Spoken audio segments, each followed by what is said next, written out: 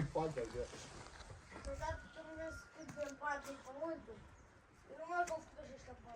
Așa face și Bobby? Dacă are un teren în pat, așa construiește? Ha? Ha?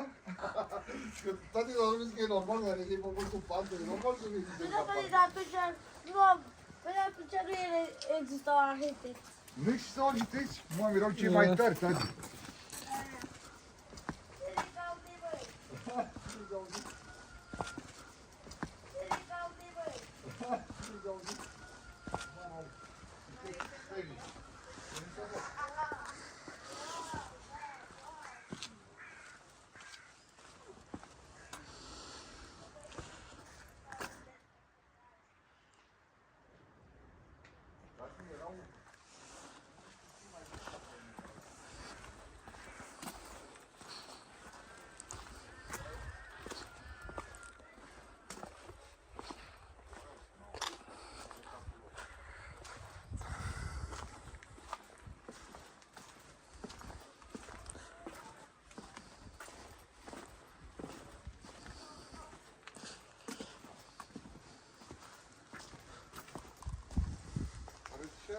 Și eu să trăiește ceva de ani.